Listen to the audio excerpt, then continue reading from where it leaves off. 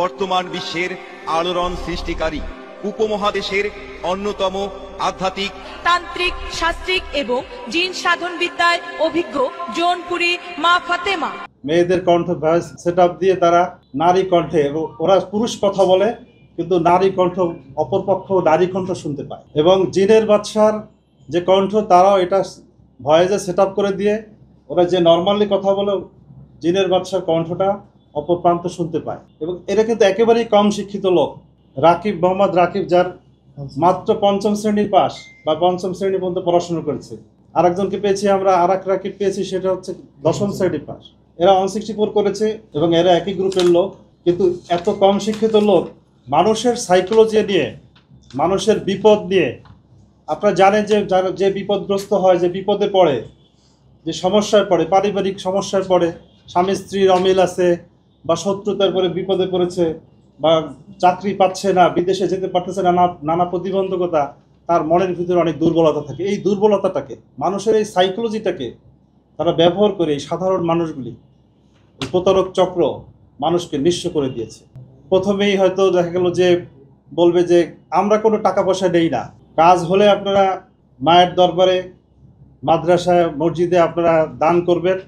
বাস্তবে তারা বিভিন্নভাবে কৌশলে ধাপে ধাপে ধাপে ধাপে মানুষকে প্রতারিত করে টাকাগুলা, হয়তো একটা পর্যায়ে বলে যে আপনি শুরুতে আপনার আগরবাতি, মোমবাতি লাগবে, গোলাপ জল লাগবে, কাপ সুন্দর লাগবে, বিভিন্ন নাম ওরা আছে, ওইগুলো বলতে থাকে। আপনি এখন 10,000 টাকা দেন। কফিলকে যদি আপনার বশ করতে হয়, তাকে দুধ দিয়ে গোসল করাইতে হবে। আফ্রিকা থেকে ভুটান গরুর দুধ আনতে হবে 21 কেজি, এই জন্য আপনার হয়তো 10,000 টাকা লাগবে বা 20,000 টাকা লাগবে। এইভাবে বিভিন্ন ধাপে ধাপে তারা মানুষকে প্রতারিত করে এবং এই টাকাগুলো তারা গ্রহণ করে।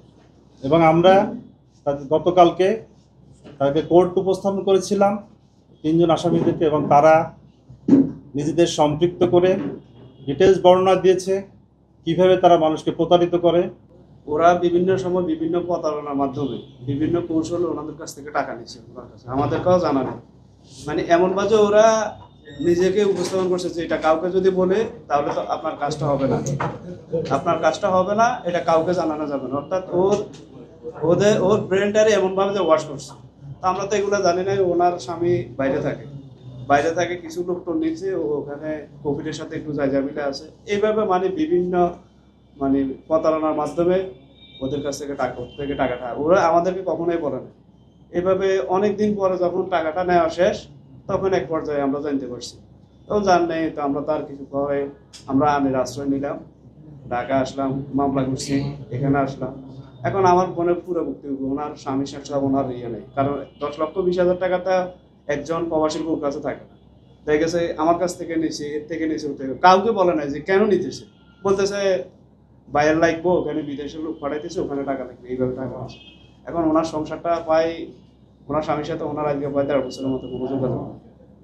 এবং ওনাদের মুক্তি আপনারা যদি পারেন মিডিয়ার মাধ্যমে এটা সুষ্ঠু তদন্ত করে আমরা বিচার চাই।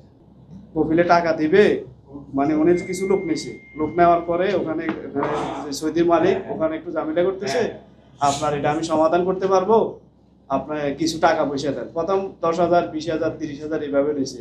এরপর আজকে ছাগল কিনতে হইব, আজকে গরু কিনতে হইব, এইভাবে টাকা নিছে। আর উনি আসলে এখন অনেক কিছু বলতে চাচ্ছে না, বাদী আমাদের কাছে অনেক কিছু বলতে চাচ্ছে না। এই কারণে দেখা গেছে যে বললো ওনার স্বামীর আরো বেশি ইয়ে করতেছে, আরো ক্ষতিগ্রস্ত হতেছে। মানে ওর স্বামীর, উনি তো স্বামীর পুরাটা জানে না, হয়তো বা জানে যে সামথিং কিছু টাকা দিচ্ছে। এখন যার সাথে বসছে আসলে উনি তো আসতে পারতো, উনি অসুস্থ, এগুলো নিয়ে উনি প্রায় দেখবে 1 বছরের উপরে মানসিক ভারসাম্যের মতো আছে।